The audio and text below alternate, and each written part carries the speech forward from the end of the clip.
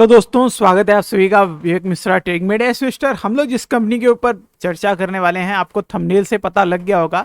RBL bank पे update लेंगे दोस्तों। इसके क्वार्टर 2 के रिजल्ट भी हम लोगों ने डिस्कस नहीं किए हैं अभी तक, उसको भी हम लोग समझ लेंगे। बल्कि मैंने आपको अपडेट कर दिया था इसके टारगेट के बारे में।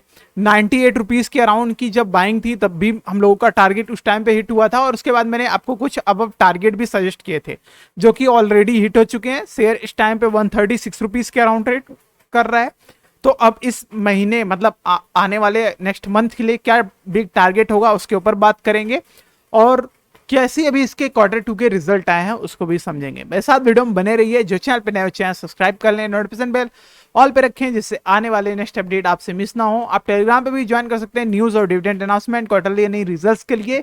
थोड़ा मैं अगर आपको क्विक रिव्यू दूं दोस्तों, तो लास्ट टाइम जब 2 मंथ पहले मैंने वीडियो बनाया था तब टारगेट का अपडेट था। उससे पहले क्या हुआ था देखिए, मैंने प्रीवियस रीजन यहाँ पे फॉल का लिख रखा था। तो उस टाइम पे ऐसा हुआ था कि आरबीएल बैंक के जो सीईओ थे वो सडनली एग्जिट ले लेते हैं, जिसकी वजह से शेयर की जो कंडीशंस थी वो बहुत डाउन गई थी, काफी डाउन आ गया था। आपको देखिए, ये देखिए 4 महीने पहले आपको दिखेगा ये बड़ा झटका था, एक तरीके से 22% की गिरावट देखने को मिली थी। और मैंने आप लोगों को कहा था कि इस पे थंबनेल में तो जैसे लिखा था वो तो ऐसे लिखते ही हैं कि क्या डूब जाएगा। मैंने आपको इससे क्वेश्चन करके पूछा था, पर हम लोगों को पता था ये वापस से रिकवर होगा। इस वीडियो को भी आप चेक करेंगे तो उसके अंदर मैंने आपको बता रखा है किस तरीके से रिकवरी हमको देखने को मिलेगी। फिर हम लोगों ने क्वार्टर 1 के रिजल्ट डिस्कस किए थे जब 94 रुपीज के अराउंड था, और इस टाइम पे 136 रुपीज के अराउंड ट्रेड कर रहा है। जब क्वार्टर 2 के रिजल्ट मतलब अब 2-3 दिन हो गए हैं आए हुए, टाइम नहीं मिल रहा था दिवाली फेस्टिवल उस चीज की वजह से, तो अभी टाइम मिल गया है। तो अभी आरबीएल बैंक पे हम लोग अपडेट लेंगे और इसके चार्ट पे भी बात करेंगे। तो क्विक सारा रिव्यू करके बताऊं दोस्तों, तो इस वजह से इसकी डाउन परफॉर्मेंस गई थी। थोड़ा इसके एक्विजिशन भी लगे थे कि कुछ खराब हो रहा है बैंक के साथ, तो उस वजह से भी था।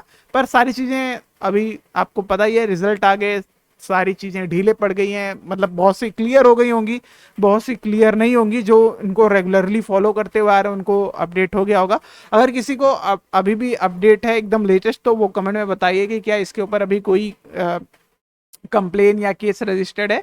बाकी अभी हम लोग इसके चार्ट पे बात करेंगे, कंडीशंस पे बात करेंगे। तो अभी देखिए दोस्तों, ये शेयर जो ट्रेड कर रहा है 136 रुपीज़ के अराउंड ट्रेड कर रहा है। बहुत बेहतरीन आज मूवमेंट थी। 26 को अब इसके रिजल्ट आने हैं क्वार्टर 3 के, जिसमें कि बहुत लंबा टाइम है।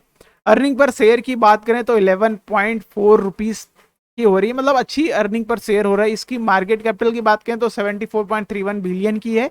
Price earning ratio sector wise सही जगह पे है, फाइनेंस फील्ड में आ जाता है। बैंकिंग की जितनी सर्विसेज होती हैं जो बैंक प्रोवाइड करते हैं वो ये भी प्रोवाइड करता है, मेजर बैंक की कैटेगरी में आ जाता है ये। अब इसके अगर हम लोग अभी जो लेटेस्ट खबरें थी उसमें देखिए, बहुत सारी यहाँ पे रीजंस आपको दिखेंगे कि क्या क्या है। इन्वेस्टर काफ़ी चर्चा में रहा था क्योंकि रिजल्ट भी इसके आए थे, तो उस वजह से चर्चा में आना ही था। तो बहुत सारी आपको यहाँ पे न्यूज़ दिखेंगी, सभी न्यूज़ यहाँ पे कवर की गई है कि क्वार्टर 2 में कितना प्रॉफिट हुआ था। तो अभी हम लोग इसको डिस्कस करते हैं और इसके चार्ट पे भी इसी को ध्यान में रखते हुए अपडेट लेंगे। तो मार्केट कैपिटल से स्टार्ट करें तो 8165 करोड़ की इसकी मार्केट कैपिटल है। बुक वैल्यू इसकी 209 रुपए है। इसीलिए आपको दिखता होगा मैंने जितने भी थंबनेल लगाए हैं ऑलमोस्ट सब पे मैंने मेंशन कर रखा है कि 200 के फ्यूचर का टारगेट हम लोग 200 इसमें लेके चल रहे हैं। जब ये 86 रुपीज पे गया था, जब 80 रुपीज अराउंड गया था, तब भी मैं कह रहा था ये 200 तक का टारगेट लेके चलिए, जाएगा। और अभी भी उसी फील्ड में लगा हुआ है, ग्रोथ हो रही है। अब धीरे धीरे ही जाएगा, ऐसे अचानक से तो चला नहीं जाएगा। इस वजह से तो इसकी फेस वैल्यू क्योंकि 10 है, तो इस वजह से 200 के अराउंड तक का टारगेट इजिली है। और क्योंकि बुक वैल्यू भी 209 रुपए है, तो इसलिए हम लोग अनुमान लगा के चल रहे हैं। 12 महीने कंडीशन की बात करें तो बहुत ज्यादा इसका प्रॉफिट ग्रोथ हुआ है, इंक्रीज।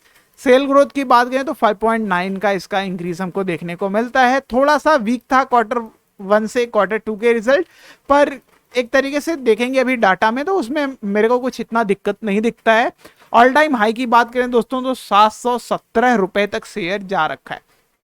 अब इसके अगर हम लोग चार्ट पे अपडेट लें, मतलब क्वार्टरली रिजल्ट से अपडेट लें, तो सितंबर का डाटा हम लोग देखेंगे, पिछले क्वार्टर का देखेंगे और लास्ट ईयर के सितंबर से कंपेयर करेंगे।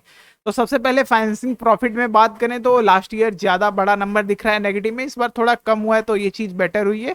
और ये चीज़ दोस्तों पिछले वाले क्वार्टर से भी थोड़ी बेटर हुई है, तो ये एक अच्छी चीज़ यहाँ पे हमको देखने को मिल जाती है।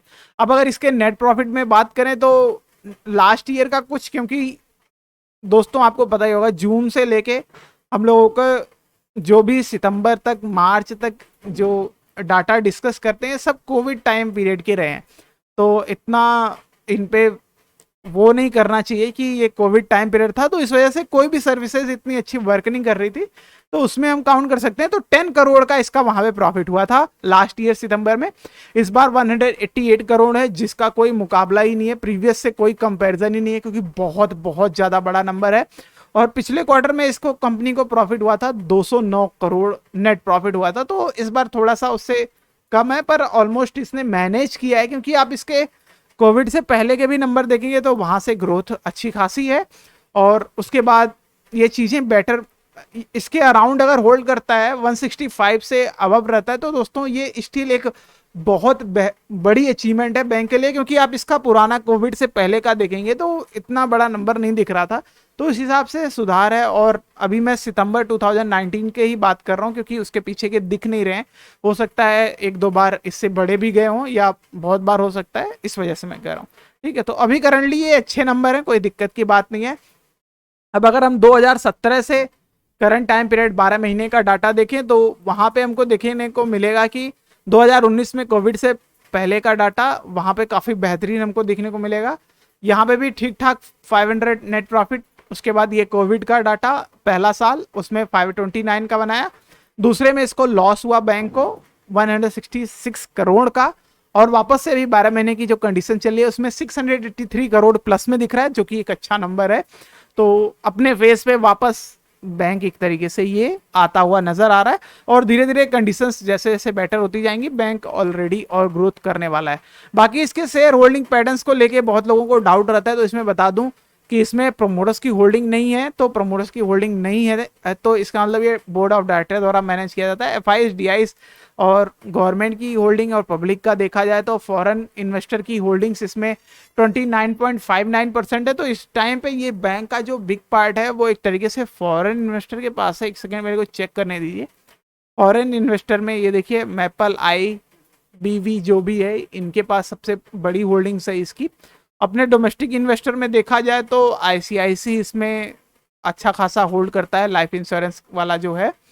और रिटेल इन्वेस्टर में देखा जाए अगर बड़े नाम देखे जाए तो सीडीसी ग्रुप है। ठीक है, तो इस तरीके से भी क्लियरली इसकी होल्डिंग देखने को मिल जाती है। अब अगर हम लोग इसके चार्ट पे बात करें दोस्तों तो ऑलरेडी शेयर काफी अच्छा ग्रोथ हो चुका है। ये देखिए, जब मैंने आपको अपडेट किया था 2 मंथ पहले 98 पे बाइंग थी, उसके बाद 107 123 का टारगेट था, फिर उसके बाद 140 का था। तो 140 का अभी अचीव नहीं हुआ, मेरे को लग रहा था हो जाए तभी मैं आप लोगों को अपडेट करूं, पर ऑलरेडी जब इतना बिग बार आज बन गया तो मैं कहा कि आज ही अपडेट ले लेते हैं, और मैं आप लोगों को बता दूंगा कि इसके अराउंड होल्ड करना चाहिए या प्रॉफिट बुक करके फिर से लोअर लेवल का वेट करना चाहिए। तो क्लियरली आज जिस हिसाब से दोस्तों बाइंग आई है, वॉल्यूम काफी तगड़ा जनरेट होता हुआ दिखाई पड़ा है, तो अभी होल्ड कर सकते हैं। और टारगेट 140 से भी ऊपर का दिखता है, पर 140 कल अचीव होने का उम्मीद बहुत ज्यादा है, तो 140 अचीव होगा। उसके बाद हम लोग इसमें जो टारगेट देख रहे हैं 144 रुपीज के अराउंड इसका, क्योंकि रेजिस्टेंस लेवल है, तो 140 कल अचीव हो जाना चाहिए। होपफुली ये हो जाएगा। फिर उसके बाद जो टारगेट हम लोग लेके चल रहे हैं 155 का लेके चल रहे हैं, जो कि ऑलरेडी इस लेवल को ब्रेक करने के बाद मिलेगा हमको।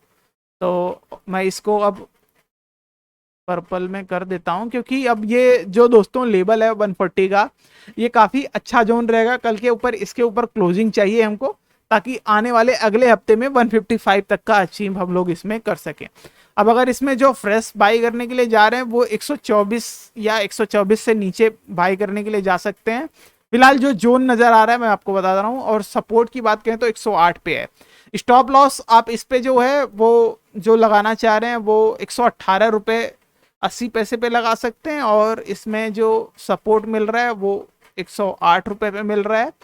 और बिग टारगेट की बात करें तो 155 के बाद हम लोग जो इसमें टारगेट लेके चलेंगे वो 175 रुपीज का रेजिस्टेंस लेवल दिखता है, तो इसको लॉन्ग व्यू नवंबर के मंथ के लिए टारगेट लेके चलने वाले हैं। फिलहाल यही अपडेट हो जाएगा, और 200 हम लोगों का काफी लंबा लॉन्ग व्यू का है ही टारगेट, तो वो अभी टाइम लगेगा उसमें, पर हम धीरे धीरे ही स्टेप वाइज सीढ़ी जैसे चढ़ते हैं उस तरीके से एक एक टारगेट को अचीव करते हुए अब जाएंगे, ताकि बड़े गोल के चक्कर में दोस्तों बहुत लोग कहते हैं अरे नहीं आ रहा है, तो उस वजह से क्योंकि काफ़ी अप डाउन होता है एक बड़ा टारगेट अचीव होने के लिए, तो उस वजह से मैं छोटे छोटे टारगेट देता हूँ जिससे कि ईजी रहे, मतलब हर किसी की अलग अलग सोच है उस हिसाब से। तो इस तरीके से फिलहाल इसके लिए टारगेट हो जाएगा दोस्तों 144 का, फिर 155, 175। थैंक्स फॉर वॉचिंग इस वीडियो में, मिलते हैं आपको नेक्स्ट के साथ नेक्स्ट वीडियो में।